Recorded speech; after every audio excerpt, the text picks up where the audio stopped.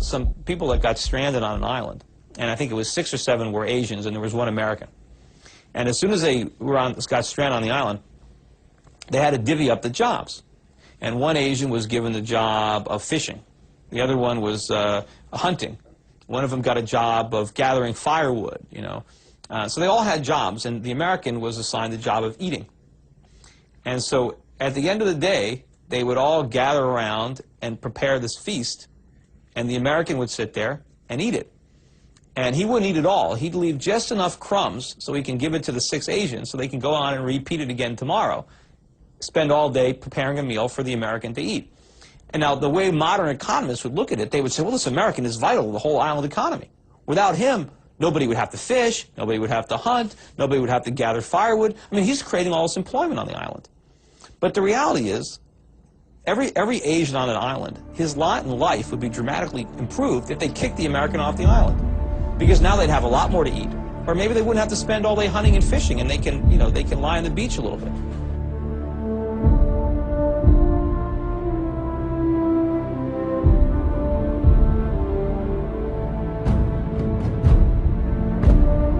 Why do you think that a recession is coming, and just how bad is it going to be? I think it's going to be pretty bad, and whether it starts in 07 or 08, I think, is immaterial. And I also think it's going to last not just for quarters, but for years. And what's going to happen in 2007 is a lot of these artificially low ARM payments are going to be reset upward.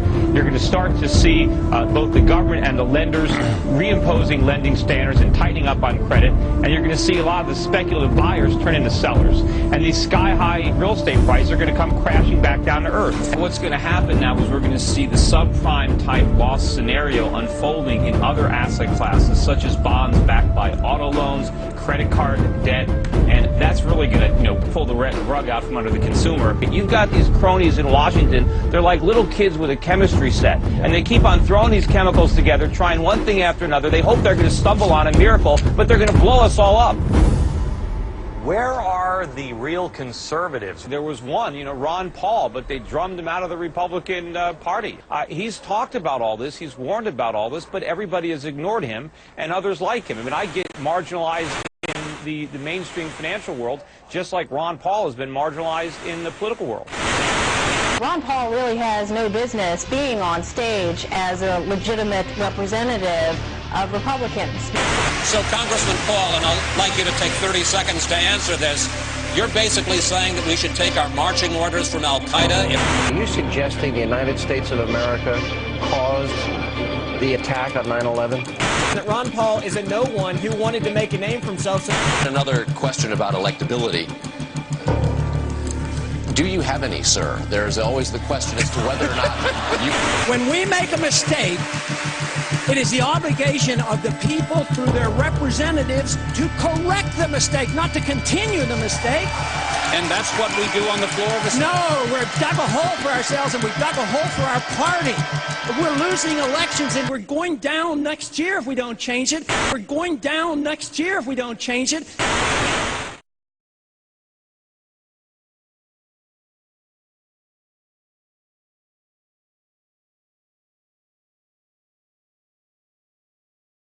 Give this man his due. Back then, in the height of that bubble, in the height of that party, he did. Ron Paul knew and said then that something was wrong with our financial system a long time ago. Madam Speaker, I rise in strong opposition to this bill because it won't solve our problem. It is said that we're in a liquidity crisis and a credit crunch, and all we need is more credit. The Federal Reserve has already injected over $1 trillion worth of credit, and it hasn't seemed to help a whole lot. Injecting another $600 or $700 billion will not solve the problem.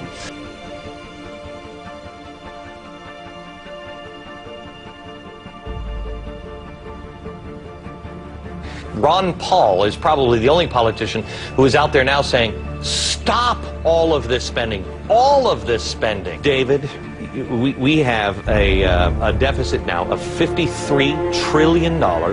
That means that every American has an implicit mortgage of over $175,000 each. Each household has an additional implicit mortgage of over $400,000 each. But unlike a typical mortgage, there's no house to back this.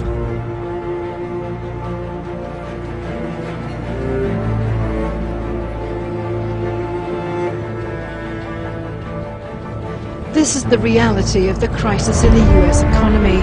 People who used to own their own homes are living hand to mouth on land once occupied by those less fortunate. In the last month, some 60,000 houses were repossessed, their occupants forced out when they could no longer meet ever-increasing mortgage payments.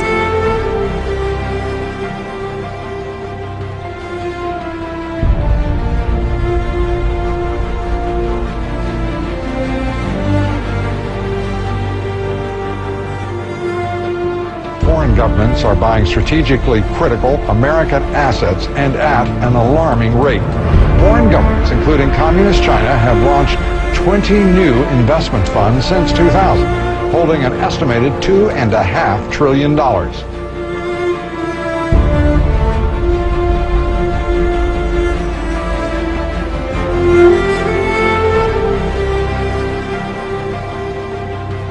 Long term, this is disastrous because everything we're doing here, everything we've done for 6 months, we've already pumped in $700 billion.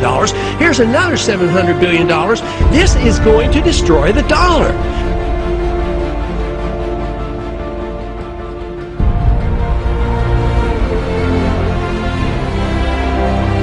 The Constitution was written very precisely to restrain the power and force of government and to protect the liberties of each and every one of us.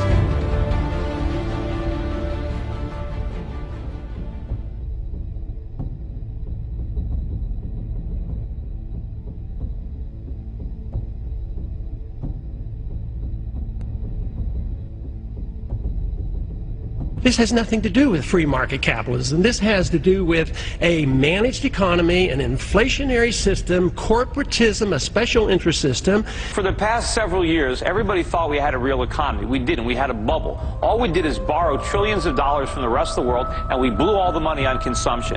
We can't pay the bills. The asset bubbles that were inflated by reckless monetary policy are deflating around us. We're looking at a symptom. We're looking at the collapsing of a market that was unstable. It was unstable because of the way it came about. It came about because of a monopoly control of money and credit by the Federal Reserve System, and that is a natural consequence of what happens when a Federal Reserve System creates too much credit. This wasn't created by the free market. All this excess leverage is there because of the government. It's there because of the Fed.